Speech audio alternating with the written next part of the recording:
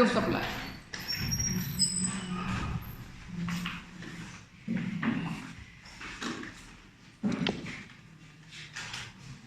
तो सबसे इंपॉर्टेंट बात ये जनाब कि लास्ट टाइम भी हमने डिस्कस किया, कुछ बातें मैंने आपको पहले ही बता दी थी ताकि आप सेल्स टैक्स के प्रॉब्लम सॉल्व कर सकें। जैसे जनाब बाज़ दफ़ा क्या करते हैं, हम डिस्काउंट ऑफर करते हैं, तो क्या डिस्काउंट कंसीडर किया जाएगा? यानी जो अगर कोई कंपनी जो है वो सेल लगाती है 10%, 20%, 30% क्या करती है, गुड्स पर ऑफ करती है, तो क्या sales tax before discount selling price पे चार्ज होगा या sale tax after discount selling price पे चार्ज होगा? मतलब आसान लफ्ज़ों में एक सवाल ये उठता है जनाब, वैल्यू ऑफ सप्लाई क्या मानी जाएगी? तो नॉर्मल तौर पर नॉर्मल हालात में वैल्यू सप्लाई वही मानी जाती है जिस प्राइस पर हम क्या करते हैं, अपनी प्रोडक्ट को सेल करते हैं।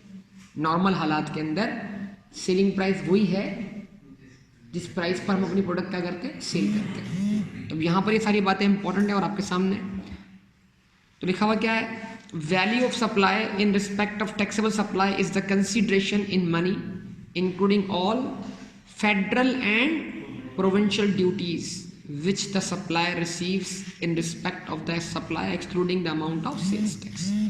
यानी अगर आप पर ड्यूटीज एंड टैक्सेस एप्लीकेबल हैं तो पहले आप क्या करेंगे, पहले आप सेल्स टैक्स चार्ज करने से पहले आप अगर गुड्स इंपोर्ट कर रहे हैं, इंपोर्ट ड्यूटी ऐड कर दें इसके अंदर, कस्टम ड्यूटी ऐड कर दें इसके अंदर, फिर फेडरल एक्साइज ड्यूटी ऐड कर दें।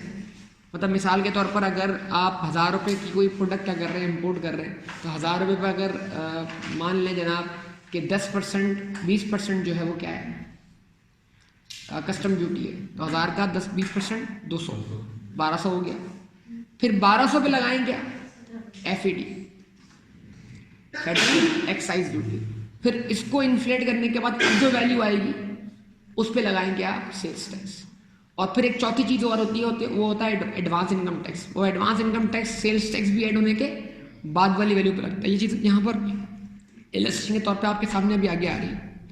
तो बहरहाल value of supply respect of taxable supply is the consideration in money including all federal and provincial duties which the supplier receives in respect of the supply excluding the amount of sales tax.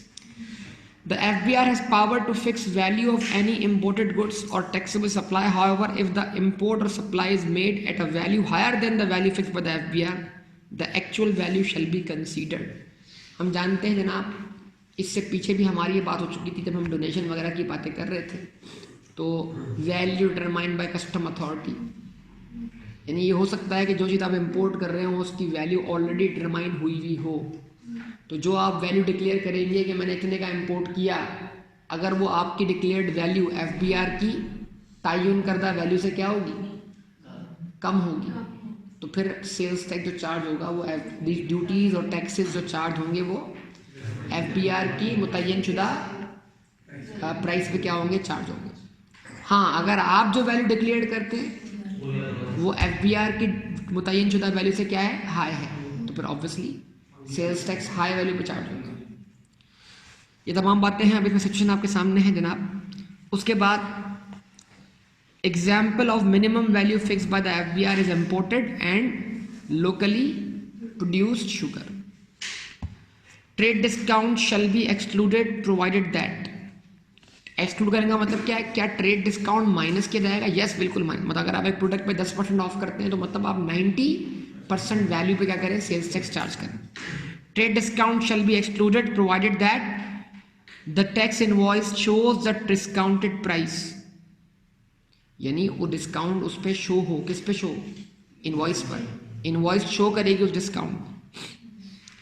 The amount of discount is in conformity with the normal business practice. और ये discount देना आपकी normal business practice हो, मतलब ये कोई special discount ना। Special मतलब एक साहब को मिल रहा है दूसरे साहब को नहीं मिल रहा है, समझे बात को। तो ये अगर बिजनेस की नॉर्मल बिजनेस प्रैक्टिस में है तो पेपर मैंने बताया आपको, क्वेश्चन आया कि बिजनेस की नॉर्मल प्रैक्टिस थी 5% डिस्काउंट देना, कुछ स्पेशल केस में उसने कितना डिस्काउंट दिया, 10%। तो फिर आप वो 10% डिस्काउंट को नहीं लेंगे, आप कितना लेंगे, 5% लेंगे। मतलब जो ओरिजिनल इनवॉइस वैल्यू थी before discount, for example 1 million, उस पर अगर आपने 10% ऑफ किया हुआ है लेकिन आपकी जो प्रैक्टिस है वो 5% की है, तो फिर आप सेल्स टैक्स चार्ज करें 950,000 पर, जो कि 1 मिलियन के 95% के बराबर है। अगर 5% आपकी नॉर्मल प्रैक्टिस है तो ऐसा सवाल आपको देखने को मिल जाएगा आपको जब क्वेश्चन आप सॉल्व करेंगे।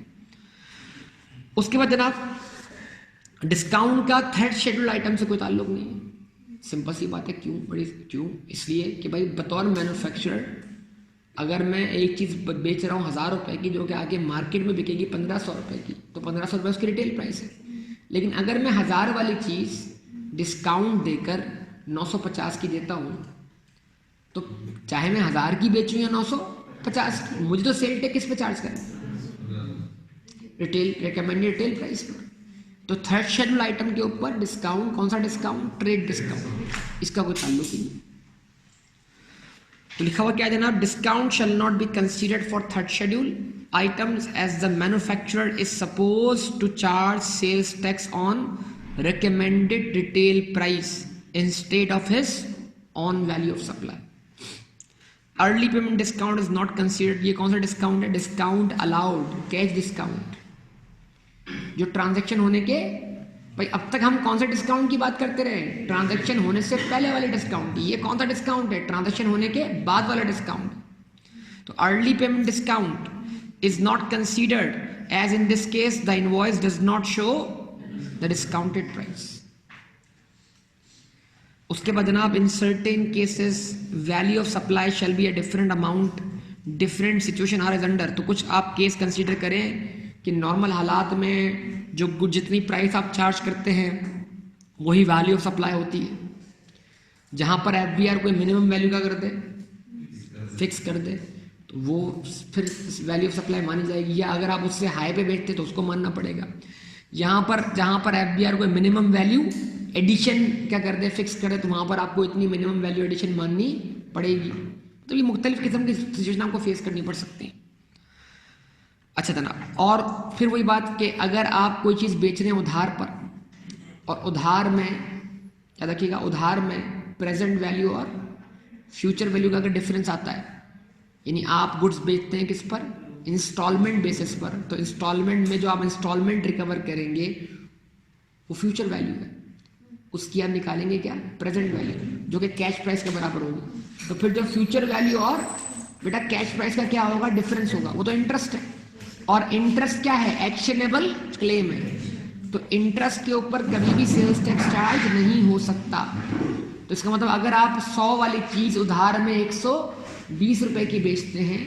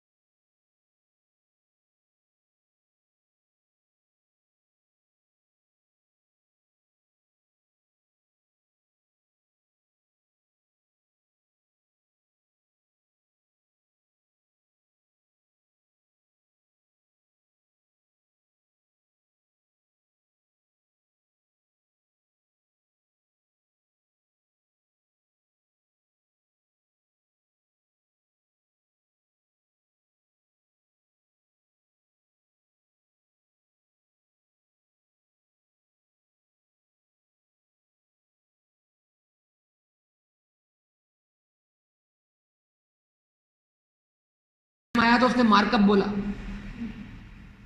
अब बच्चे मार्कअप का मतलब समझे, प्रॉफिट क्या कहते हैं, मार्कअप का मतलब समझे इंटरेस्ट। अच्छा, जब उनका सॉल्यूशन आया तो मार्कअप पे सेल टैक्स चार्ज हुआ। तो बच्चा मेरे पास लेकर आ गया, सर ये क्या है? मैंने बोला भाई आप वहाँ पर क्रेडिट टर्म देखो कि उसने क्रेडिट टर्म, आपको मसला ये कि उसने बच्चे को सोचने के लिए दिया हुआ था। आप क्रेडिट टर्म देखो वहाँ पर कि क्रेडिट टर्म्स कितनी है। 15 से अगर 90 दिन की क्रेडिट टर्म्स होती हैं तो इन क्रेडिट टर्म्स के अंदर यूजुअली इंटरेस्ट इन्वॉल्व नहीं होता। तो अगर वो मार्कअप बोल रहा है तो इसका मतलब इस मार्कअप का मायना फिर प्रॉफिट ही लिया होगा उसने। अगर आप मार्कअप का मायना क्या लेते हो, इंटरेस्ट लेते हो, तो फिर तो जाहिर सी बात है इंटरेस्ट के ऊपर आप सेल्स टैक्स चार्ज नहीं कर सकते। ये सारी बातें अब आपके सामने हैं यहाँ पर। तो बहरहाल यहाँ पर देख लीजिए, तवज्जो से अच्छी तरह समझ लीजिए इन तमाम बातों को। तो in certain cases value of supply shall be different amount, the different situation are as under normal case consideration in money including all federal and provincial duties which the supplier receives in respect of the supply excluding the amount of sales tax। यानी जो sales tax जिस पे charge होगा उसमें जो cash आप receive कर रहे हैं वो, प्लस अगर फेडरल ड्यूटीज़ और टैक्सेस लागू हैं तो वो भी उसमें क्या कर दें, शामिल कर दें। वो सब कुछ शामिल करने के बाद जो वैल्यू बनेगी जो कि एक्सक्लूसिव सेल टैक्स कहलाएगी वो सब्जेक्ट टू सेल्स टैक्स होगी। अच्छा जनाब, उसके बाद markup on credit sales shall not be taken into value of supply. Markup on credit sales, markup का मतलब यहां पर क्या बोला गया है, इंटरेस्ट। वो मार्कअप जो उधार की वजह से इजाफी चार्ज हो रहा है, वो मार्कअप जो उधार की वजह से इजाफी चार्ज हो रहा है, जो फ्यूचर वैल्यू और प्रेजेंट वैल्यू में फर्क करने की क्या बन रहा है, वजह बन रहा है। तो जिसकी वजह से फ्यूचर वैल्यू, जिसकी वजह से आज कैश नकद कीमत कुछ और है और उधार वाली कीमत कुछ और है। बोला कैश में खरीदो तो इतने का, उधार में खरीदोगे तो इतने का। कैश में लोगे तो 100 रुपए का, उधार में लोगे तो 120 रुपए का। तो फिर अब ये जो 100, इट मीन 100 में ही प्रॉफिट मौजूद है ना। जब वो आज कैश में 100 का बेच रहा है तो 100 में प्रॉफिट मौजूद है।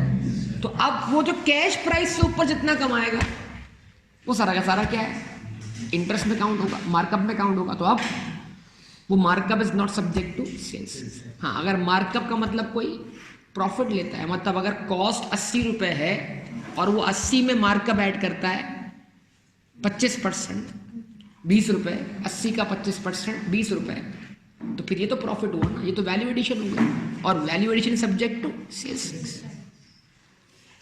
तो ये बात समझने की जरूरत है, मार्कअप लफ्ज़ आपको धोखा ना दे एग्जाम में। हाँ, प्रेजेंट वैल्यू पे लगेगा बिल्कुल। कंसीडरेशन इज पार्टली और फुली इन काइंड। अगर कोई कंसीडरेशन जो है वो क्या है, ये तो पार्टली है या फुली इन काइंड है। क्या चीज़ों के बदले चीज़ें एक्सचेंज नहीं होती, होती है।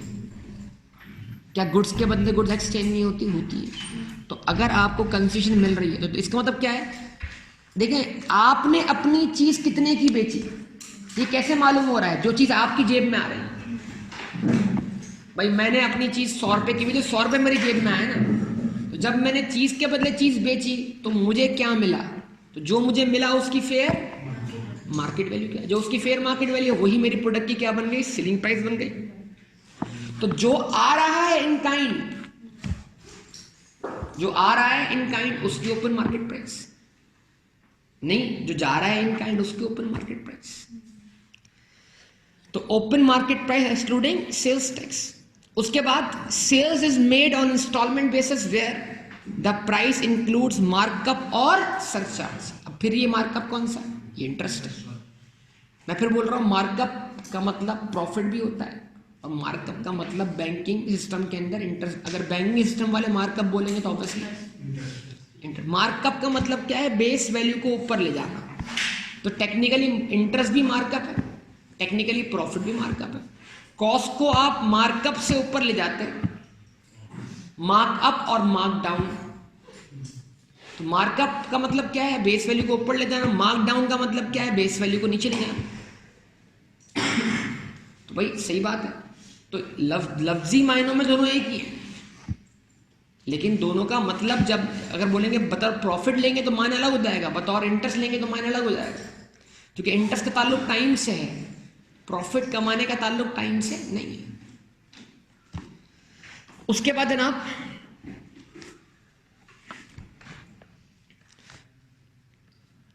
Next one is what, sale is made on instalment basis where the price includes markup और सरचार्ज। अब देखिए open market price excluding sales tax.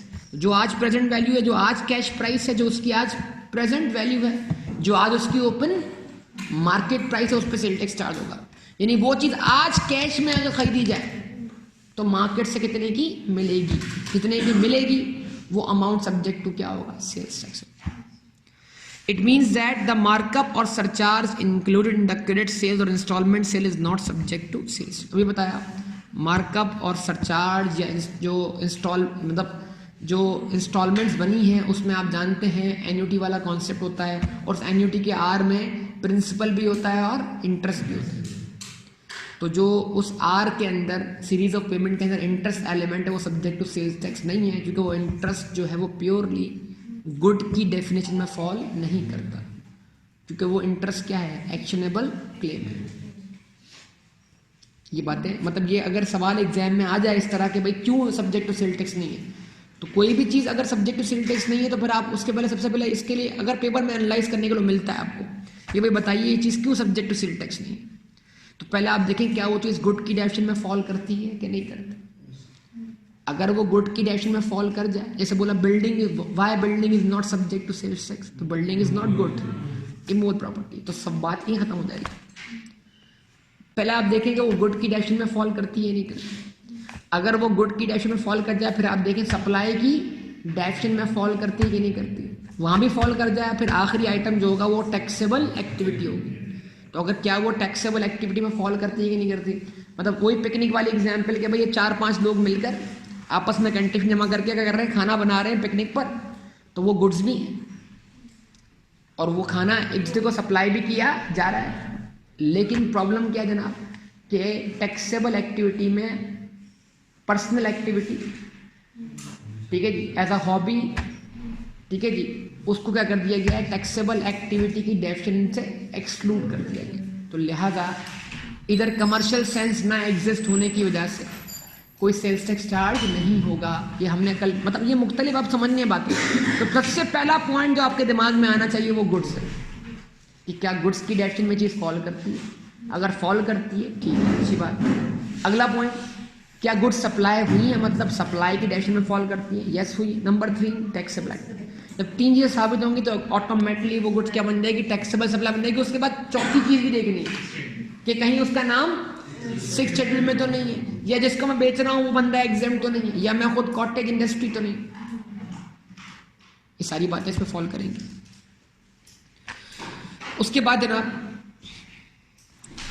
उसके बाद मजीद आगे बातें आ रही हैं यहाँ पर। तो sale is made on instalment basis where the price includes markup और surcharge, open market price excluding sales tax. It means that markup और surcharge included in credit sales और instalment sale is not subject to sales. भले किस्तों में चीजें बेची हो, भले सिंगल पेमेंट हो, लेकिन अगर फ्यूचर वैल्यू और प्रेजेंट वैल्यू का फर्क रखा गया है तो जो फ्यूचर वैल्यू और प्रेजेंट वैल्यू का डिफरेंस है वो सब्जेक्ट टू सेल्स टैक्स नहीं होगा। फिर बोल दूं क्यों नहीं होगा, क्योंकि वो डिफरेंस जो है वो इंटरेस्ट है और इंटरेस्ट गुड्स की डेफिनेशन में फॉल नहीं करता। सप्लाई बिटवीन एसोसिएटेड पर्सन, ठीक है जी। तो अगर आप पेरेंट्स गुड बेच रहा है किसको, सब्सिडरी को, तो आमतौर पे पेरेंट जो गुड्स बेचता है बेटा सब्सिडरी को वो मार्केट प्राइस से कम पर बेचता है, तो इस केस में सेल्स टैक्स चार्ज होगा मार्केट प्राइस पर। लेकिन अगर पेरेंट सब्सिडरी को गुड्स मार्केट प्राइस से भी हाई प्राइस पे बेच रहा हो तो फिर विच एवर इज हायर। उसके बाद in case of imported goods, क्योंकि देखो वही बात है ना कि पेरेंट का नॉर्मली गुड बेचना अलग केस है, पेरेंट का सब्सिडी को गुड्स बेचना स्पेशल डिस्काउंट है, और ऊपर हम पढ़ चुके कि स्पेशल डिस्काउंट जो है वो अलाउ नहीं है। तो इसलिए आप अगर पेरेंट ओपन मार्केट प्राइस से नीचे गुड्स बेचता है किसको, सब्सिडरी को, तो फिर उस केस में ओपन मार्केट प्राइस ही सब्जेक्ट टू क्या होगी, सेल्स टैक्स होगी। In case of imported goods excluding third schedule items, वो गुड्स जो आप क्या कर रहे हैं, इंपोर्ट कर रहे हैं बाहर से, value determined by custom including the custom and excise duty levied thereon, ठीक है जनाब। तवज्जो कीजिएगा, मतलब यानी कि थर्ड शेड्यूल आइटम मतलब क्या है, अगर आप थर्ड शेड्यूल आइटम बाहर से मंगवाते हैं तो इट मीन आप कमर्शियल इंपोर्टर। अच्छा एक और चीज़ पेपर में, अच्छा पेपर में एक और चीज़ आई, वो क्या है, वही शैम्पूज इंपोर्ट किए आपने बाहर से और आगे बेचे। तो अब बच्चों ने गलती ये की, भाई शैम्पू जब आपने आगे बेचे तो उसकी रिटेल प्राइस में सेल टैक्स चार्ज कर दिया। अगर आपने बाहर से इंपोर्ट किए हैं और आगे बेचे हैं तो फिर तो आप रिटेल पर थोड़ी सेल टैक्स चार्ज करेंगे। थर्ड शेड्यूल आइटम का कॉन्सेप्ट अप्लाई किस पर होता है? मैन्युफैक्चरर पर। उस केस में तो आप क्या हो गए? Commercial importer. तो अगर आप शैम्पू के कमर्शियल इंपोर्टर हैं भाई, तो आप नॉर्मल सेल टैक्स चार्ज करें। इंपोर्ट पे तो 20% है। आप जब बेचें तो जिस प्राइस पे आप बेच रहे हैं उस प्राइस पे आप सेल टैक्स चार्ज करें। समझ पा रहे हैं बात को? तो पहले भी बात है, चीज़ें जो है ना अच्छी तरह कनेक्ट कर लें कि एग्जामिनर कहाँ कहाँ ट्रैप बिछा के बैठा हुआ है कि वो आइटम शैम्पू लिख रहा हो, क्योंकि शैम्पू याद रहता है बंदे को। अब उसने शैम्पू दिख दिया एग्जाम में, अब बंदा सोच रहा है कि लेकिन उसने शैम्पू इंपोर्ट करवा लिया, बनवाया नहीं आपसे, तो अब जाहिर सी बात है इंपोर्ट वाले केस में तो आप क्या हो गए? कमर्शियल इंपोर्टर हो। ये तमाम बातें समझने के लिए ज़रूरी है बहुत ज़्यादा। तो in case of imported goods excluding third schedule items, value determined by custom act including custom and excise duty levied thereon. तो वैल्यू जो कस्टम अथॉरिटी तय करेगी वो वैल्यू ली जाएगी, आपकी डिक्लेयर्ड इंपोर्ट वैल्यू नहीं, कस्टम अथॉरिटी जो वैल्यू तय करेगी वो ली जाएगी। FED applicable on value plus custom duty. तो अब जरा देखिएगा एग्जाम्पल है कि इसकी जो एग्जाम्पल दी जा रही है उसमें आपको कमर्शियल इंपोर्टर नहीं माना जा रहा, फिर क्या माना जा रहा है? इंपोर्टर। खाली इंपोर्टर बोल दें, एक कमर्शियल इंपोर्टर है, कौन है? इंपोर्टर, खाली इंपोर्टर। तो the value of raw material is imported is ₹1000। Raw material जो इंपोर्ट हुआ बाहर से उसकी कीमत मालियत जो है वो 1000 रुपये है, इंपोर्ट वैल्यू। कस्टम ड्यूटी उस पर कितनी है? 20%। एफईडी उस पर कितनी है? 10%। सेल्स टैक्स कितना है? 17% नॉर्मल देना पड़ेगा। और एक और चीज़ है चौथी जो अभी आपके कोर्स में नहीं है, वो ये होता है भाई कि इंपोर्ट स्टेज पर आपको 5.5% एडवांस इनकम टैक्स देना पड़ता है। ये वही एडवांस इनकम टैक्स है जो हम कार्ड रोड पे दे रहे हैं। यानी मतलब एफबीआर ने मौका रखा हुआ है कि कोई मौका हाथ से जाना चाहिए। मतलब अगर आप कोई ट्रांजेक्शन परफॉर्म कर रहे हो ना, तो कुछ एडवांस, कुछ अपनी टैक्स लायबिलिटी का हिस्सा फाइनलाइज हम आखिर में कर लेंगे। यार हिसाब आखिर में हो जाएगा रिटर्न फाइल करके, अभी कुछ दे के जाओ यार, है ना। मतलब पैसे अभी कुछ जमा करवाओ, बाद में देखेंगे हिसाब क्या बनता है, आखिर में रिटर्न फाइल करते हो। तो ये एडवांस टैक्स। अच्छा एक और चीज़ है, अभी आपको ये आइडिया नहीं है एकदम, ये 5.5% FTR है, फाइनल टैक्स में फॉल करता है। इसको नॉर्मल में लाने का ऑप्शन भी होता है कि आपके पास 2 ऑप्शन है, चाहे तो इसको फाइनल रहने दें, चाहे तो इसको नॉर्मल में ले आए। अब ये तमाम चीज़ें फिलहाल आपके कोर्स में नहीं है। तो अब जब आप बात करते हैं 4.5% की, तो जाहिर सी बात है अब ये आपने रॉ मटेरियल बाहर से इंपोर्ट किया, फिर इसको आगे बना के बेचा। खास तौर पे कौन से केस में FTR होता है? कमर्शियल इंपोर्ट वाले केस में। अगर मैं कमर्शियल इंपोर्टर हूँ, मैं बाहर से इंपोर्ट करता हूँ और बना के बेच देता हूँ, तो फिर जो एडवांस इनकम टैक्स मैंने पे किया ना, वो FTR आइटम बन जाता है। अब इसका मतलब क्या हुआ? इसका मतलब समझते हो? अगर आप समझना चाहो इस बात को, इसका मतलब ये हुआ कि उस चीज़ को बेचकर मैंने सेल की, उससे मैंने ये इंपोर्ट वैल्यू जो मेरी कॉस्ट क्या की मैंने माइनस की, उसके दीगर एक्सपेंस क्या किए? माइनस किए। वो सब कुछ कहाँ होगा? मेरे प्रॉफिट्स में। तो अगर मेरे प्रॉफिट में एक एलिमेंट ऐसा है जिसकी परचेज पर ही मैं एडवांस टैक्स पे कर चुका हूं, और वो एडवांस टैक्स ही मेरे लिए उस गुड्स के लिए क्या है? FTR है, तो मुझे अब उस प्रॉफिट के अंदर इस हिस्से पर मजीद कोई टैक्स देने की जरूरत नहीं है। तो फिर अगर आपके प्रॉफिट में कोई ऐसा एलिमेंट मौजूद है जो ऑलरेडी FTR में फॉल करता है, तो आपको उसको अलग कर देना। यही रीजन है कि आपको एक्सपेंसेस की भी अपॉर्चनमेंट करनी होगी। उतने एक्सपेंसेस आपको डिसअलाउ किए जाएंगे जितने एक्सपेंसेस FTR इनकम से बिलोंग करते होंगे।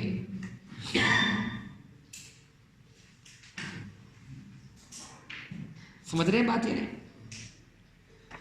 तो मिसाल के तौर पे आपकी 4 मिलियन की सेल है, 4 मिलियन में 3 मिलियन की सेल आपकी नॉर्मल है, 1 मिलियन की सेल आपकी क्या है? FTR। यानी उन आइटम की सेल है जिनकी इंपोर्ट पर ही आप फुल एंड फाइनल टैक्स पे कर चुके थे। अब आपको उसमें मजीद कोई टैक्स देने की जरूरत नहीं। तो इसका मतलब क्या हुआ? प्रपोर्शन क्या बना? 75%। तो आप 75% आपके जो एक्सपेंस आपके नॉर्मली बिजनेस पूरे अलाउ थे, अब उनका 25% अलाउ नहीं होगा। क्यों? क्योंकि वो एक ऐसी इनकम से बिलोंग करता है जिसके अगेंस्ट को एक्सपेंस माइनस करना अलाउ ही नहीं है। बहरहाल तो ये सारी बातें यहाँ पर मौजूद हैं। तो 1000 रुपये आपने क्या किया, गुड्स इम्पोर्ट की बाहर से, उस पर 20% क्या पे किया, कस्टम ड्यूटी कितना हो गया 200 रुपये, अमाउंट कितना हो गया 1200 रुपये। फिर एफईडी कितनी पे की बेटा 10% कितना हो गया 120, अमाउंट कितना हो गया 1320, और यानी एफईडी मिलाकर वैल्यू एक्सक्लूसिव सेल टैक्स कितनी हुई 1320। इस 1320 पे चार्ज होगा 17% सेल्स टैक्स, कितना 224, और ये 224 में जब ऐड होगा तो ये ऐड होने के बाद अब लगेगा एडवांस इनकम टैक्स। तो इसका मतलब क्या है, सेल्स टैक्स तमाम कस्टम ड्यूटीज और टैक्सेस चार्ज करने के बाद है सिवाय advance income tax. Advance income tax sales tax लगने के बाद चार्ज होगा।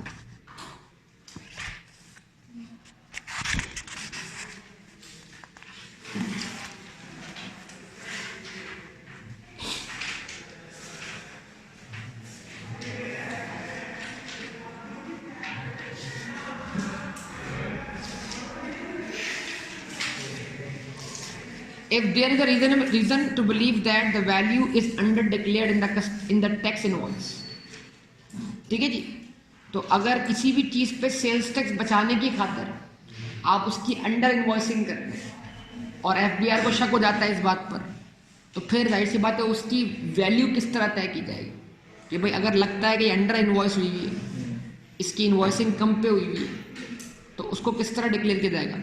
तो value determined by the valuation committee comprising representatives of trade and sales tax department. एक कमेटी बनाई जाएगी, उसमें ट्रेड यानी कि जो मार्केट कमेटीज होती है ना, ट्रेड यूनियंस होती हैं, उनके लोग भी होंगे, सेल्स टैक्स डिपार्टमेंट के लोग भी होंगे, वो मिलकर तय करेंगे भाई इसकी सही वैल्यू क्या होनी चाहिए। उसके बाद manufacture of goods belonging to another person, example what, toll manufacture. अगर आप कौन हो, टोल मैन्युफैक्चर हो, तब भी तो आपको सेल टैक्स चार्ज करना है ना।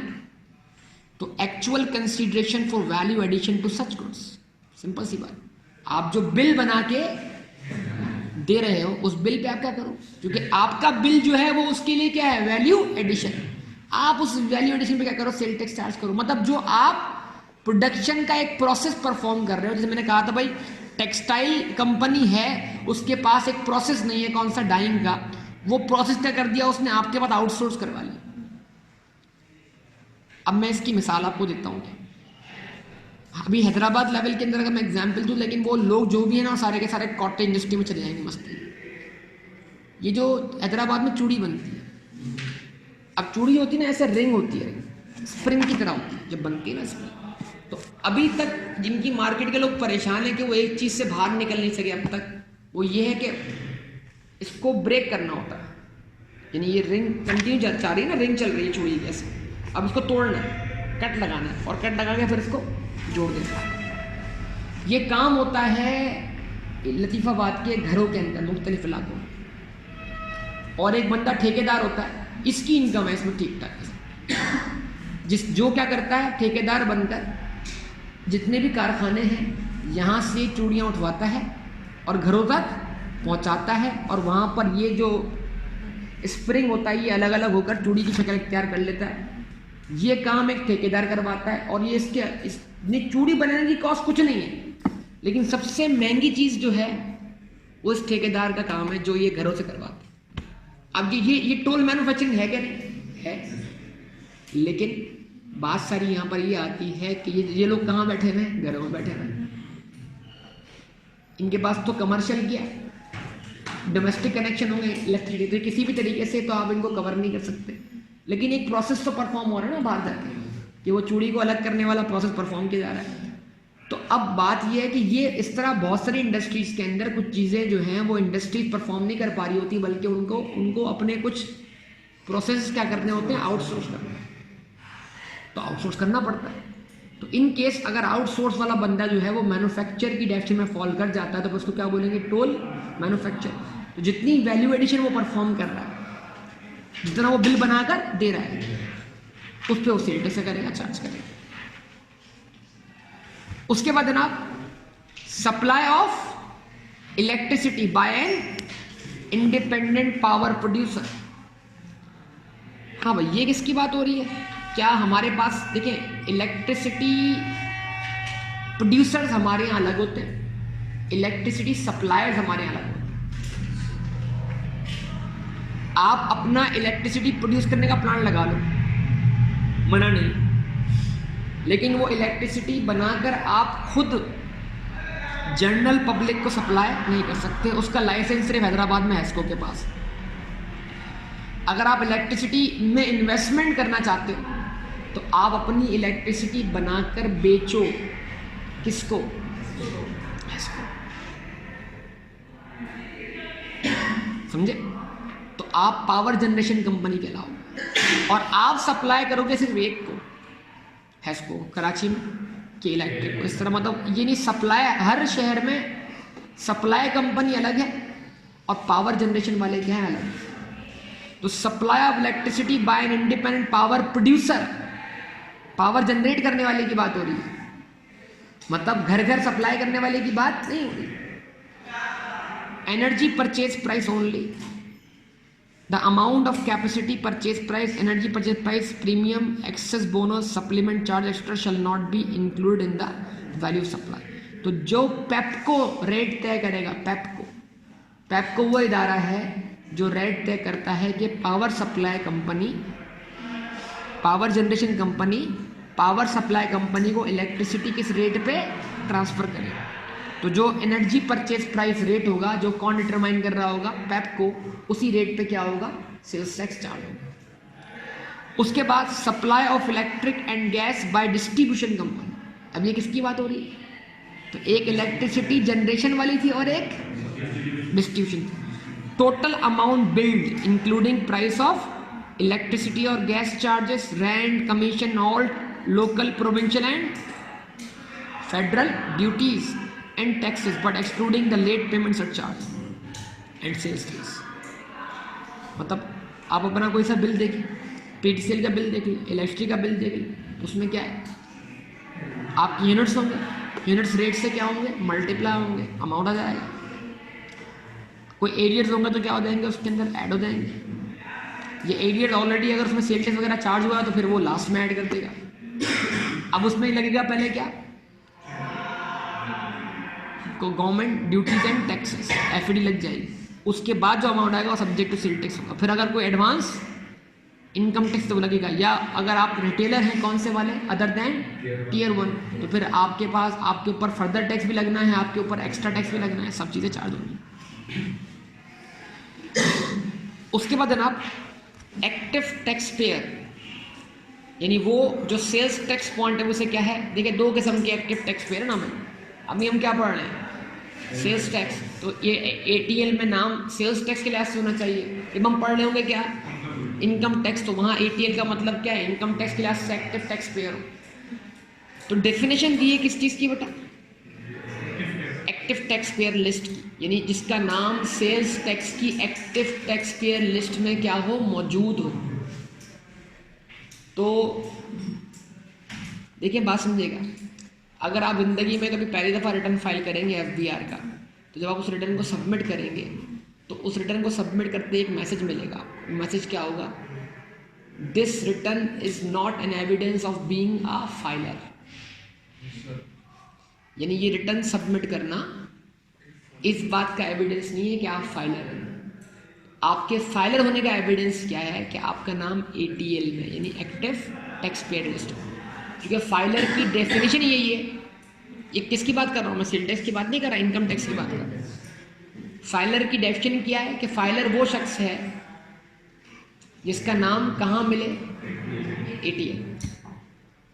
हाँ, तो एटीएल में आने के लिए आपको रिटर्न फाइल करना पड़ेगा। जैसे अभी मैंने आपको पहले बताया कि अगर अभी की कोई शख्स टैक्स ईयर 2019 का रिटर्न फाइल करता है और इससे पहले उसने कभी कोई रिटर्न फाइल नहीं किया, तो वो रिटर्न सबमिट करते ही उसका नाम एटीएल में नहीं आने वाला। उसको 31 मार्च तक का इंतज़ार करना पड़ेगा, क्योंकि 31 मार्च को टैक्स ईयर 2019 के लिए लिस्ट अपडेट होगी। आज सब मतलब हर हफ्ते अपडेट होती है। वो होती है टैक्स ईयर 2018 या उससे पहले वाली। हाँ, अगर कोई फौरी तौर पर चाहता है उसका नाम एटीएल में आ जाए तो उसको चाहिए 19 के साथ 18 का रिटर्न भी फाइल करते हैं डिफॉल्ट सरचार्ज के साथ 1000 रुपये पे करके, तो उसका नाम इमीडिएटली क्या हो जाएगा? ATL में आ जाएगा। तो अगर वो 18 के लिहाज से भी क्या बन गया, फाइलर बन गया। 12 तो एक्टिव टैक्स पेयर लिस्ट। तो active tax pair list, active tax pair means registered person who does not fall in any of the following categories. यानी अगर आप बताए गए लोगों में नहीं फॉल करते तो फिर आप ATL में हैं, और अगर आप इन बताए गए लोगों में फॉल करते हैं, इनमें से कोई एक भी प्रॉपर्टी आपके अंदर क्या है, मौजूद है, तो फिर आपका नाम ATL में नहीं होना चाहिए। हु इज ब्लैक लिस्टेड, जो बंदा क्या कर दिया गया, ब्लैक लिस्टेड, अब वो ATL में नहीं है। और हुज रजिस्ट्रेशन इज सस्पेंडेड, जिसके ऊपर कोई इंक्वायरी चल रही है और वक्ती तौर पे उसकी रजिस्ट्रेशन सस्पेंड हो गई है। अब सस्पेंशन का मतलब क्या है कि आपको रजिस्टर्ड पर्सन होने के जो बेनिफिट्स है वो नहीं मिल रहे वक्ती तौर पर। अब सस्पेंशन के 2 रिजल्ट्स होंगे, या तो आपको आपका जो ओहदा है, आपका मकाम है, वो वापस मिलेगा, मतलब आप दोबारा सस्पेंडेड से क्या हो जाएंगे, रजिस्टर्ड हो जाएंगे, या फिर आप और तरक्की करके क्या बन जाएंगे, ब्लैक लिस्टेड। तरक्की है ना, ये भी नहीं तरक्की।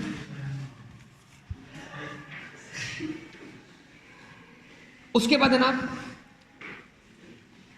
Who is black listed, whose registration is suspended or is blocked, and who fails to file sales tax return by due date for 2 consecutive tax period। अगर आपने लगातार 2 मंथ का सेल टैक्स रिटर्न फाइल नहीं किया, system आपको क्या कर देगा, ATL से निकाल देगा। रिटर्न ऑफ इनकम और FTR, यानी आपने इनकम टैक्स का रिटर्न फाइल नहीं किया, तब भी आप निकल जाएंगे। 2 consecutive monthly with holding tax statement, जो टैक्स आपको विद होल्ड करने थे बतौर विद होल्डिंग एजेंट, अगर आपने वो मंथली रिटर्न फाइल नहीं किए, कौन से, सेल्स टैक्स के। जब बात सेल टैक्स में हो रही तो सेल टैक्स के, वरना मेंशन होना चाहिए, से ऊपर मेंशन था इनकम। तो जब तक इनकम मेंशन ना हो तो हम कोई बात भी इनकम टैक्स की तरफ रेफर नहीं कर सकते। उसके बाद annual with holding tax statement. तो जनाब इनमें से कोई एक भी काम अगर आप क्या करते हैं, नहीं करते, मतलब इनमें से किसी एक भी कहानी में आप फॉल नहीं करते तो फिर तो आप ATL में हैं, और अगर आप इनमें से कोई एक भी कहानी में फॉल कर जाते हैं तो आपका नाम ATL से निकाल दिया गया। Non active tax payer shall not be entitled to, important, very much important, आ रहा है जवाब पेपर में। Non-active taxpayer shall not be entitled to file goods declaration for import or export, issue of sales tax invoice, claim input tax or refund, avail any concession under act or rules made thereunder. No input tax can be claimed in case of purchase from any non-active taxpayer। तो technical बात क्या समझने वाली, technical बात समझने वाली बात है, जब ऊपर लिखा हुआ आ गया कि B के अंदर वो सेल टैक्स इनवॉइस इशू नहीं कर सकता, तो यानी कि वो आउटपुट टैक्स चार्ज नहीं कर सकता, तो और नीचे लिखा हुआ है no input tax can be claim in case of purchase from any non active tax payer. तो भाई समझो जरा, जिस वक्त मैंने गुड्स परचेज की उस वक्त वो एक्टिव था, अब जिस वक्त मैं इनपुट टैक्स क्लेम करने बैठ रहा हूं उस वक्त क्या है, वो इनएक्टिव है, तो अब मेरा इनपुट टैक्स रुक गया बेटा। उसके बाद number 3, non active tax payer may be restored as active tax payer. 3 number का सवाल है एग्जाम में, 3 नंबर का सवाल है एग्जाम में, ये सिर्फ इतनी 3 points, 3 point. Non active tax payer may B restored as active taxpayer if registered person files the return or statement along with payment of any tax due. The RTO or LTU on satisfying itself after conducting audit or investigation recommends to FBR for restoration and the FBR issues an order to such effect. ये तीनों point पूरे होने जरूरी है। आप tax due पे कर दें, रिटर्न फाइल कर दें, वो आपका ऑडिट कंडक्ट करेंगे, उसके बाद FBR ऑर्डर जारी करेगा ताकि वो आपको दोबारा एक्टिव टैक्स पेयर के तौर पर कर दे, बहाल कर दे।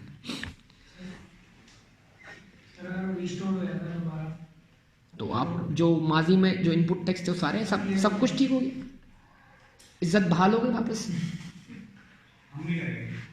हाँ हम भी, हाँ हम क्लेम करेंगे ना बेटा, बिल्कुल क्लेम करेंगे, सही है ना। लेकिन ऐसा नहीं, ऐसा ना हो, ये नहीं हो सकता कि जिस वक्त वो क्या था, नॉन एक्टिव था, उस वक्त तुमने उससे कुछ खरीदा और जिस पे उसने कोई सेल टैक्स चार्ज नहीं किया या किया जो भी किया, बहरहाल वो तो उस वक्त तो वो टैक्स इनवॉइस इशू करने के लायक ही नहीं था क्योंकि उसको इनएक्टिव कर दिया गया था। तो उसने फिर भी अगर टैक्स इनवॉइस इशू की तो उसने टैक्स फ्रॉड कर लिया। लिंक करो बातों का आपस में। तो अब अगर एक ऐसी इनवॉइस है जो उसने उस वक्त इशू की जब वो नॉन एक्टिव था या इनएक्टिव था, बोलो, रजिस्टर तो था यार, इनएक्टिव था, तो फिर तुम उस इनवॉइस पे तो सेल टैक्स क्लेम नहीं कर सकते। तुम तो उस इनवॉइस पे सेल टैक्स क्लेम करना चाहोगे जिस वक्त वो एक्टिव था और जो तुम्हें इशू की गई थी। किसी ऐसी इनवॉइस की तो बात नहीं कर रहे हो ना। अब यहां से प्योरली सारे के सारे जो है वो थ्योरेटिकल प्रोविजंस के जो एफबीआर और आपके दरमियान के मामलात हैं वो कैसे हल होंगे, रिटर्न फाइलिंग कैसे होगी, ये कोई ज़्यादा लंबी चौड़ी बात नहीं, ठीक है जी। हिम्मत करेंगे तो ये आज ही कंप्लीट हो जाए, तैयार हो जाए फिर आप। मैं गाड़ी को टर्बो की स्पीड पे लगाता हूँ, जल्दी की बात नहीं है, मैं पढ़ूंगा आराम आराम से, मसला नहीं है, लेकिन ये हो जाएगा क्योंकि इसमें बातें कोई कॉम्प्लिकेशन नहीं, कैलकुलेशन वाले मामलात नहीं आ रहे अब यहाँ पर। इसमें कोई ऐसी बात नहीं आने वाली जिसका ताल्लुक आपकी यानी क्या कहते हैं कैलकुलेशन से हो या आपके प्रॉब्लम से हो। खत्म सेल टैक्स 1 2 3 और 4 खत्म, 5 पेज है भाई ऐसे। अरे तो ऐसे पढ़ेंगे उड़ते हुए। टाइम क्या हुआ टाइम? हाँ यार इम्पोर्टेंट मैंने बता दिया। देखो इम्पोर्टेंट जो है वो आवाज़, इम्पोर्टेंट की आवाज़ दिल से आती है और जब दिल करता है तब आती है, ऐसे नहीं आती, ठीक है ना। तो इंशाल्लाह तुम्हें ये देखने को जरूर मिलेगा कौन सा नॉन एक्टिव टैक्स, फिर may be restored active tax, इंशाल्लाह अल्लाह ने चाहा तो जरूर लिया है।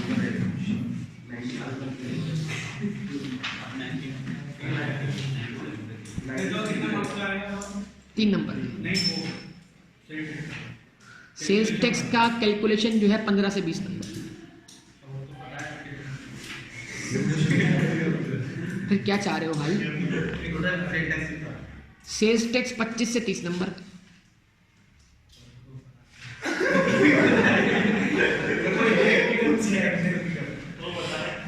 इस बार सेल टैक्स के टोटल मार्क्स क्या होंगे एग्जाम में? 27 नंबर।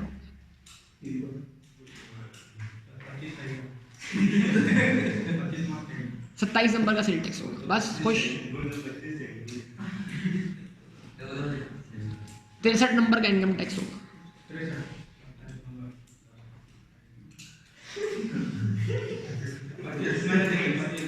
27 63 10 बस 90 से कर लो और बाकी 3 चैप्टर छोड़ते किस काम के? टिक तो वहां भी लगवा दूंगा। 3 चैप्टर में कुछ है नहीं, चैप्टर में कुछ है नहीं वैसे, यकीन करो, बस डर है, डर के सिवा कुछ नहीं। जब पढ़ दूंगा तो डर भी निकल जाएगा। मसला गिनने में 3 है, मसला ये अगर वो 3 चैप्टर शुरू वाले स्टेट टैक्स के 1 2 3 जिनका वेटेड एरिया जो है वो 10 नंबर का है, कैनन्स ऑफ टैक्सेशन वगैरह है, सब चीजें।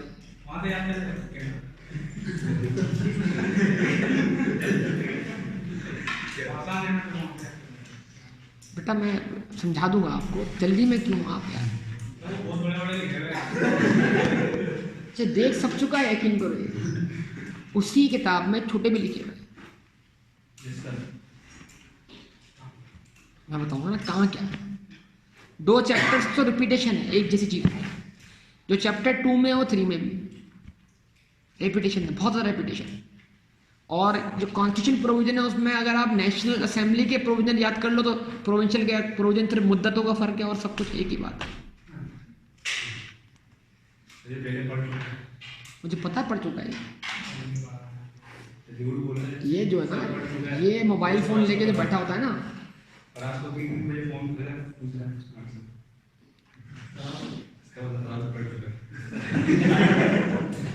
असल में जो तुम्हें ज्यादा टेंशन में दिखाई दे ना, समझ जाओ ये सब कुछ कर चुका है, बस ये दूसरों को अवगत देखा था। ये माशाल्लाह अच्छी बात है यार, कोई मसला नहीं, कोई टेंशन नहीं, अच्छी बात है।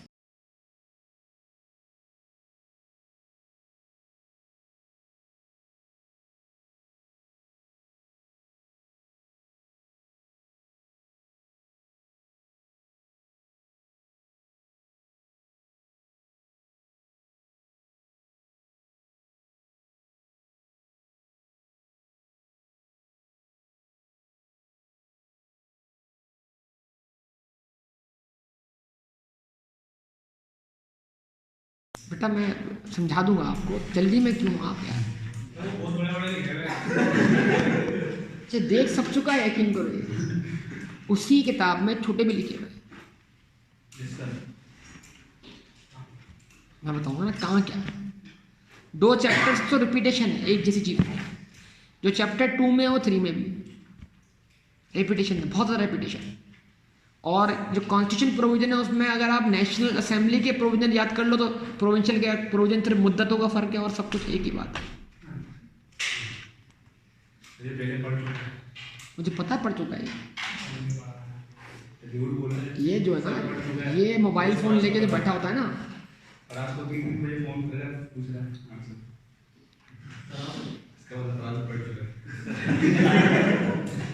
असल में जो तुम्हें ज्यादा टेंशन में दिखाई दे ना, समझ जाओ ये सब कुछ कर चुका है, बस ये दूसरों को अवगत देखा चाहता है। ये माशाल्लाह अच्छी बात है यार, कोई मसला नहीं, कोई टेंशन नहीं, अच्छी बात है। हुसैन तो यार, हुसैन तो कभी तुमने देखा हुसैन की गर्दन ऊपर, हमेशा हुसैन की गर्दन तो नीचे ही होती है ऐसे। ये बताओ, आते हैं वापस बेटा, मुझे पता आप लोग क्या चाह रहे हो। Okay theory provisions quick. हाँ जी, तो registration, compulsory registration and D registration, यानी कि ये एरिया है कि भाई रजिस्ट्रेशन रिक्वायरमेंट क्या है, कौन रजिस्टर्ड होना चाहिए, कौन रजिस्टर्ड नहीं होना चाहिए, ये हमने शुरू में बात की भी अगर आपको याद हो तो, लेकिन याद हो। एब्रीविएशन यूज जो है ये LTU और RTO, देखो LTU और RTO ये दोनों FBR के ऑफिस के नाम है। LTU को बोलते हैं लार्ज टैक्स पेयर यूनिट और RTO जो है वो रीजनल टैक्स ऑफिस। तो जैसे हैदराबाद में RTO, हर हैदराबाद में एक ही RTO रीजनल टैक्स ऑफिस यहाँ बना हुआ है आपके पास, क्या कहते हैं पास, ये रहा ये रहा ये रहा ये रहा ये रहा नहीं ये रहा ये रहा इधर इधर इस तरफ आर्टिफिशियल हैं, लेडीज थाने के बाहर, वुमेन थाने के बाहर क्या है, FBR का ऑफिस। FBR वाले ऑटोबान रोड पर है। हाँ ड्राइविंग लाइसेंस भी नहीं है भाई वहां पर, माफ कर दो यार, तुम वुमेन थाने में ड्राइविंग लाइसेंस बनवाने गए यार, तुम्हारी याददाश्त जो है ना चीजों को खलत मलत कर देती है बेटा, पता नहीं तुम किस काम के, क्या पता तुम्हें अंदर क्या उन्होंने।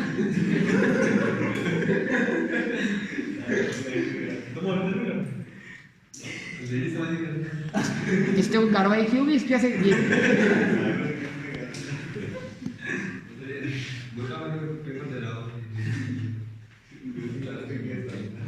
कल तुमने पेपर कहाँ दिया बेटा, कल तुमने बीकॉम का पेपर कहाँ दिया है, गजाली ना, किसी और कॉलेज में नहीं दिया ना, पक्का। हाँ अब तुम क्या बोल रहे थे,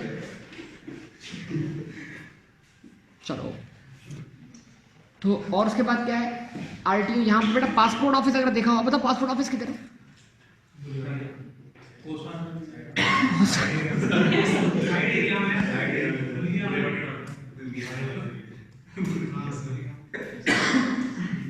और जहां पर पासपोर्ट ऑफिस है ना उसके बराबर में FBR का ऑफिस।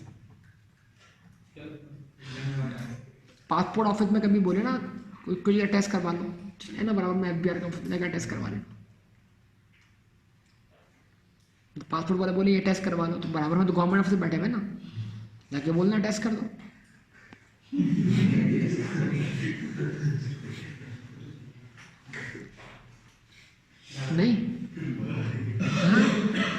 टेस्ट कर देंगे, मना नहीं करेंगे, लेकिन एनआईसी तुम्हारा लेके थोड़ा सा देखेंगे हालात।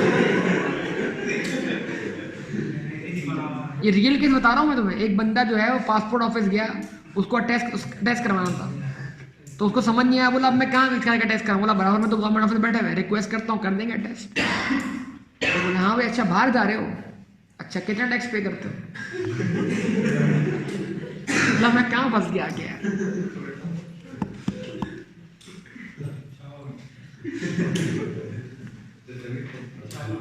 अच्छा बता दिया, वरना मैं चला जाता।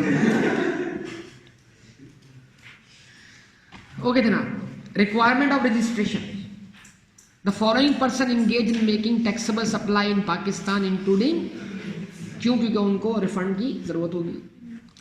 आर रिक्वायर्ड टू रजिस्टर्ड नेमली, तो ये तमाम लोग अगर टैक्सेबल सप्लाई कर रहे हैं तो रजिस्टर्ड हो, लेकिन अगर ये टैक्सेबल सप्लाई नहीं कर रहे हैं, इनकी 100% सप्लाई क्या है एग्जिस्टेंट, तो फिर इनको भी रजिस्टर्ड होने की जरूरत नहीं। Manufacture not being a cotton industry, तो मैन्युफैक्चर अगर कॉटन इंडस्ट्री है तो वो भले टैक्सेबल सप्लाई करे, उसकी सप्लाई वैसे एग्जाम्प्ट है।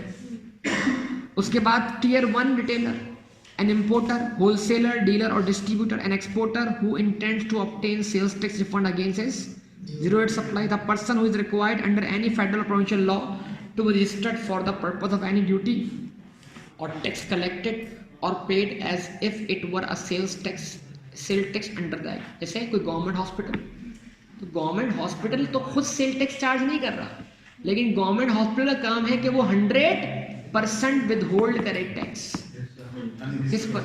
Unregistered person.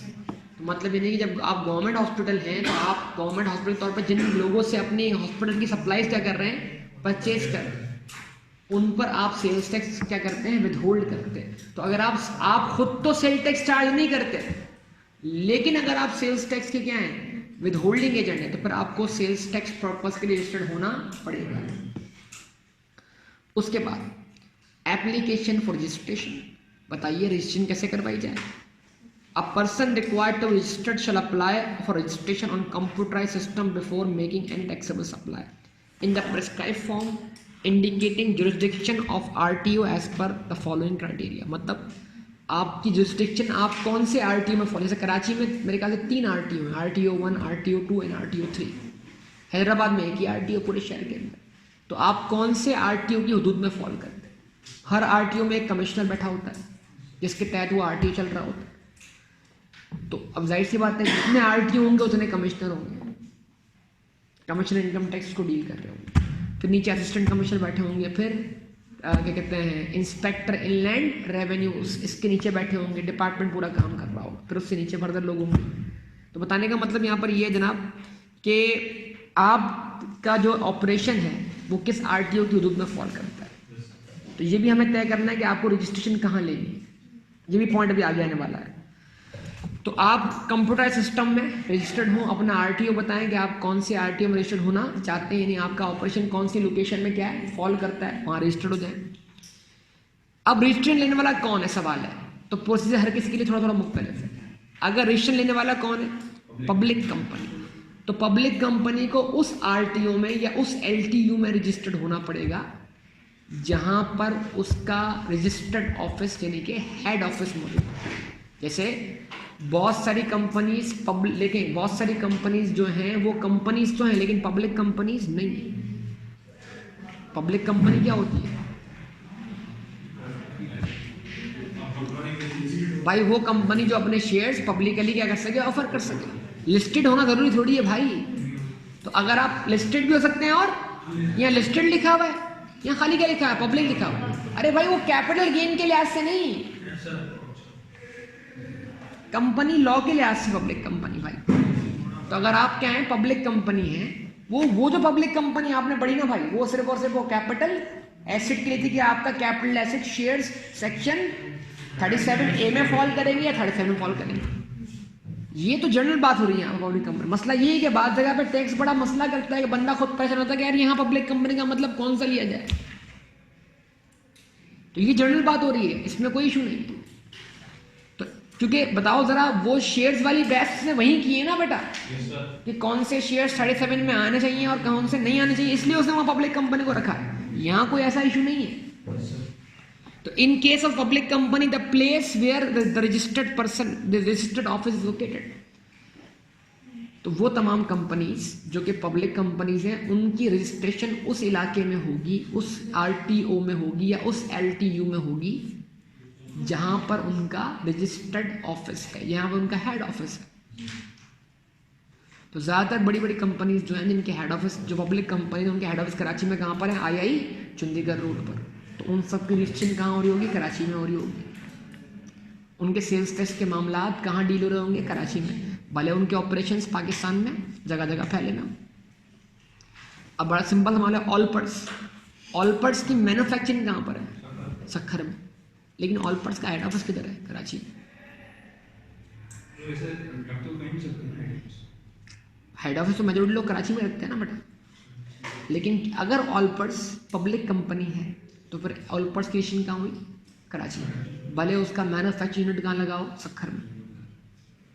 उसके बाद in case of other company, यानी कि अगर आप पब्लिक कंपनी नहीं है, यानी कि प्राइवेट कंपनी, तो इफ द कंपनी, अब फिर अगर आप पब्लिक कंपनी नहीं है तो आप देखिए कि आपकी एक्टिविटी क्या है, मैन्युफैक्चरिंग है या मैन्युफैक्चरिंग नहीं है।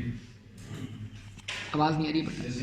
यानी अगर आप प्राइवेट कंपनी है तो आपकी एक्टिविटी जैसे हैदराबाद में यूनिक क्या है, प्राइवेट है, तो प्राइवेट कंपनी ना, क्या नाम है इनकी कंपनी का, यूनिक के नाम से नहीं, इनके नाम एक कौन सा मोटर्स, क्या नाम है, किस नाम से, हाँ दाता मोटर्स, तो दाता मोटर्स प्राइवेट लिमिटेड, ठीक है भाई। रजी मोटर्स प्राइवेट लिमिटेड, ये क्या कहते हैं, कौन सी दूसरी रजी वाले, कौन सी, हाई स्पीड वाले। और उसके बाद ये जो बैटरी बन रही है आपके पास, आसिफ, हाँ आसिफ नाम है इसका, ब्रिज पावर, ये सारी कौन सी कंपनीज है भाई, प्राइवेट कंपनी। लेकिन अगर आप बात करोगे ना एक्साइड की, एजीएस की, ये सारी पब्लिक कंपनी, एक्साइड और एजीएस के शेयर्स मार्केट में बिकते हैं, लेकिन ओसाका, ब्रिज पावर, ठीक है, इनके शेयर्स अब तक मार्केट में नहीं, ये सारी क्या है, ये भी प्राइवेट कंपनीज है सारी। तो बड़े पैमाने पर जो दो बड़ी कंपनीज काम कर रही हैं वो कौन है, तो चलो बैटरी मार्केट पे बात कर लो, सिर्फ खाली बैटरी मार्केट बात कर लो, बड़ा सिंपल जवाब मिलेगा जनाब, एजीएस और एक्साइड रजिस्टर्ड कहाँ होंगे, कराची, जरूर छोड़िए कराची में, जहां पर उनका क्या होगा, रजिस्टर्ड हेड ऑफिस होगा, सिंपल। लेकिन अगर आप अदर देन पब्लिक कंपनी है तो फिर आप देखें आपकी एक्टिविटी क्या है, सिर्फ मैन्युफैक्चरिंग और ट्रेडिंग या सिर्फ ट्रेडिंग। तो अगर आप मैन्युफैक्चरिंग है तो फिर क्या जनाब, if the company is primarily engage in manufacture the place with the factory is situated, हाँ भाई, तो मतलब अगर आप प्राइवेट कंपनी है और क्या परफॉर्म कर रहे हैं, मैन्युफैक्चरिंग, तो जहां आपकी फैक्ट्री लोकेटेड है। अब बताओ कोलगेट पामोलिव क्या है, कोलगेट पामोलिव कंपनी है ना भाई, पब्लिक कंपनी है, क्या है, फैक्ट्री कहां पर है, कोटरी में, फैक्ट्री कहां पर है, कोटरी में, लेकिन पब्लिक कंपनी है, इसकी सेल्स टैक्सेशन कहां हो रही होगी, जहां इसका रजिस्टर्ड ऑफिस। लेकिन अगर आप इसी तरह देख लें बाकी और आपके पास कंपनी मौजूद है, यहाँ पर डॉलेंस मेरे ख्याल से प्राइवेट कंपनी, डॉलेंस जो है वो क्या है, प्राइवेट कंपनी। तो डॉलेंस का मैन्युफैक्चरिंग यूनिट कहाँ पर है, हैदराबाद में ही है। तो डॉलेंस की रजिस्ट्रेशन कहाँ होगी, उस एरिया में जहाँ पर उसकी फैक्ट्री लोकेटेड है। डॉलेंस प्राइवेट कंपनी है। तो if the company is primarily engaged in the manufacture the place where the factory is situated. If the company is primarily engaged in the business other than manufacture, the place where the main business activities are actually carried out. तो फिर अगर आप trade करते हैं, तो जहाँ से आपकी ट्रेड, जहाँ पर आपका आउटलेट है, जहाँ पर आप क्या कर रहे हैं, जहाँ से आप ट्रेड परफॉर्म कर रहे हैं, तो आपको वहाँ क्या करना है, जहाँ पर आपकी बिजनेस एक्टिविटी चल रही है, आपको वहाँ रजिस्टर्ड होता है, जहाँ से सेलिंग हो रही है। उसके बाद in case of a person not incorporate, अब पहली दो बातें, एक बात किसके लिए हुई, कंपनी के लिए, पब्लिक कंपनी, वहां रजिस्टर्ड हो जहां उसका रजिस्टर्ड ऑफिस हो। Other than public company, manufacturing, वहां रजिस्टर्ड हो जहां पर मैन्युफैक्चरिंग यूनिट लगा हुआ हो। और अगर ट्रेडिंग है तो जहां बिजनेस ऑपरेट कर रहा है वहां। तो in case of a person not incorporate, और अगर आप आप कंपनी है ही नहीं, यानी आप कौन है, इंडिविजुअल या एओपी, तो फिर jurisdiction where the business is actually carried on, तो जहां पर आपका बिजनेस काम कर रहा है, जहां से बिजनेस आपका ऑपरेट कर रहा है, वहां आप क्या करें, भले आप क्या कर रहे हो इस केस में मैन्युफैक्चरिंग कर रहे हो, इनके लिए बहस ही नहीं है, इनको रजिस्टर्ड वही होना है जहां से इनका बिजनेस चल रहा है। तो अगर आप कोई फैक्ट्री चला रहे हैं, अगर आप कोई फैक्ट्री चला रहे हैं बतौर इंडिविजुअल और आप कॉर्टिक रजिस्ट्री की डेफिनेशन फॉल नहीं करते, तो जहां आपकी फैक्ट्री है, जहां से आपका बिजनेस ऑपरेट कर रहा है, वहीं से क्या होना पड़ेगा, आपको रजिस्टर होना पड़ेगा। उसके बाद जनाब, in case of a person not incorporated having single manufacturing unit and whose business premises and manufacturing unit are located in different areas, the jurisdiction where the manufacturing unit is located, तो अगर आप incorporate person नहीं है, यानी आप individual या AOP हैं और आपके पास फैक्ट्री अलग है, लेकिन आप फैक्ट्री के अलावा आउटलेट भी चलाते हैं, यानी आप डायरेक्ट फैक्ट्री से सामान नहीं बेचते, आप मतलब मुख्तलिफ जगह पे या तो आपके अपने आउटलेट्स हैं या फिर आप की मतलब डीलिंग वाली लोकेशन क्या अलग है, सेम जगह पे डीलिंग नहीं करते, तो फिर रजिस्टर्ड कहाँ होना होगा, जहाँ पर आपका मैन्युफैक्चरिंग यूनिट क्या लोकेटेड है, ताकि स्टॉक वगैरह की वेरिफिकेशन वहीं पे हो सके जहाँ पे आप गुड्स क्या कर रहे हैं, मैन्युफैक्चर कर रहे हैं। The FBR may transfer registration of any registered person to a jurisdiction where a place of business or registered office of manufacturing unit is located। तो बाज़ दफ़ा क्या होता है कि आप प्लेस चेंज करते हैं, अब अगर आप जगह चेंज करते हैं, फैक्ट्री लोग कराची से कहाँ ले गए, पंजाब ले गए, तो जब लोग क्या करते हैं, लोकेशन चेंज करते हैं, लोकेशन चेंज होने से क्या होता है बेटा, जुरिडिक्शन चेंज होती है, जुरिडिक्शन चेंज होने से क्या होगा, आपकी रजिस्ट्रेशन एक RTO से दूसरे RTO में ट्रांसफर हो जाएगी, सिंपल सी बात है। उसके बाद अटैचमेंट्स टू द एप्लीकेशन, ठीक है जनाब। अटैचमेंट का मतलब यहाँ पर क्या है, अटैचमेंट दो किस्म की, एक तो अटैचमेंट का मतलब कुछ और है, टैक्स में आपका बैंक अकाउंट अटैच कर लिया, तो आपका बैंक अकाउंट अटैच कर लिया, इसका क्या मतलब हुआ, बैंक अकाउंट अटैच कर लिया, इसका क्या मतलब,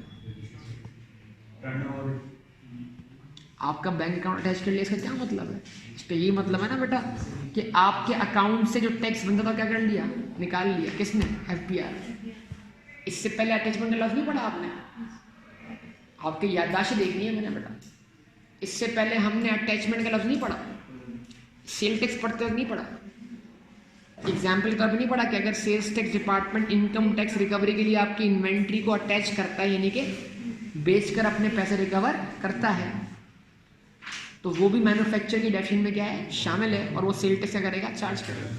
ये बात कभी सुनी है, पढ़ी है, दिमाग में है या भूल चुकी है।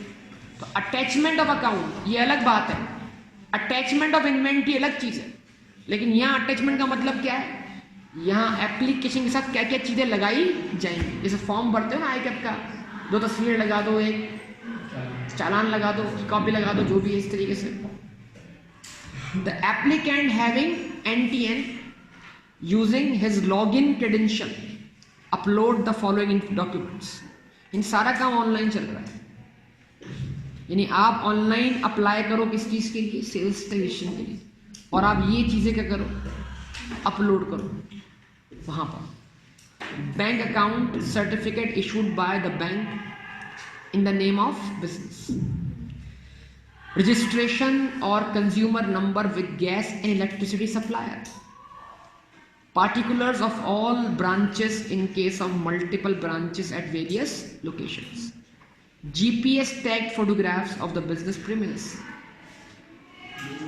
हाँ ना, बिजनेस प्रीमिस का GPS टैग मतलब यानी कि आप गूगल मैप पर टैग करें अपने लुक फैक्ट्री को कि भाई मेरी फैक्ट्री जोग्राफिकली यहाँ एग्जिस्ट करे, तो GPS टैग क्या करना पड़ेगा, फोटोग्राफ लगाने पड़ेंगे आप। अब मसला क्या है, देखो क्यों है ऐसा, अब तुम्हारे दिमाग में सवाल आ जाएगा बहुत सारा, अब ये है तो फजूल इजाफी बात हो जाएगी मतलब, लेकिन चलो फिर भी सुन लो। इजाफी क्या मतलब, यानी कि फिल वक्त इजाफी, ऐसे काम की बात है। एक बंदा FBR के साथ मजाक करता है कि भाई मुझे गुड्स इंपोर्ट करनी है बाहर से, मुझे प्लांट एंड मशीनरी इंपोर्ट करनी है, समझे बात को, तो FBR क्या बोलेगा, तुम कौन हो, कमर्शियल इम्पोर्टर बोलेगा नहीं मैं तो अपनी फैक्ट्री लगा रहा हूँ, तो अब फैक्ट्री तो है ही नहीं, वो फैक्ट्री के लिए कोई जगह दिखाएगा भाई ये फैक्ट्री है, लेकिन जाहिर सी बात है आप मुझे प्लांट एंड मशीनरी इंपोर्ट करने दोगे तो मैं इंपोर्ट करूँगा, तो जीपीएस टैग तो करे ना भाई कि हाँ ये मेरी फैक्ट्री लोकेशन है, ये मेरी फैक्ट्री है। कल को हम जब आए फैक्ट्री देखने के लिए पता नहीं ना मशीन है ना फैक्ट्री है, तो उसने इंपोर्ट स्टेज पर 20% पे करने के बजाय 17% पे कर दिया और वो कमर्शियल इंपोर्टर निकला, तो ये रिक्वायरमेंट बीपीए से गायब कर दी गई थी। तो ये दोबारा 3 साल बाद क्या रिक्वायरमेंट क्या है वापस आई है। उसके बाद जनाब where applicant has unsold or unused stock of tax paid inputs on which he desires to claim the benefit under section 59, he shall declare such stock in the statement with application for registration। यानी वही अगर आपने inventory purchase की हुई है खुद registered होने से पहले, जिसकी रजिस्ट्रेशन के वक्त मुद्दत 30 दिन होनी चाहिए, और इंपोर्ट वाले केस में 90 दिन होने चाहिए कि आप इन्वेंट्री खरीदते के 30 दिन के अंदर और इंपोर्ट करते ही 90 दिन के अंदर क्या करते हैं अप्लाई करते हैं किसके लिए, तो वो इन्वेंट्री जो आपने रजिस्ट्रेशन से पहले खरीदी आप उसका भी इनपुट टैक्स क्लेम कर सकते हैं। बस शर्त ये है कि जब इंस्पेक्शन हो तो वो इन्वेंट्री अनसोल्ड वेरीफाई हो, और जब आप उसको आगे बेचें तो आप आउटपुट टैक्स चार्ज करें रजिस्टर्ड होने के बाद, और उसका इनपुट टैक्स क्या करें आप क्लेम करें। हाँ भाई कोई सवाल है तो पूछने वाली,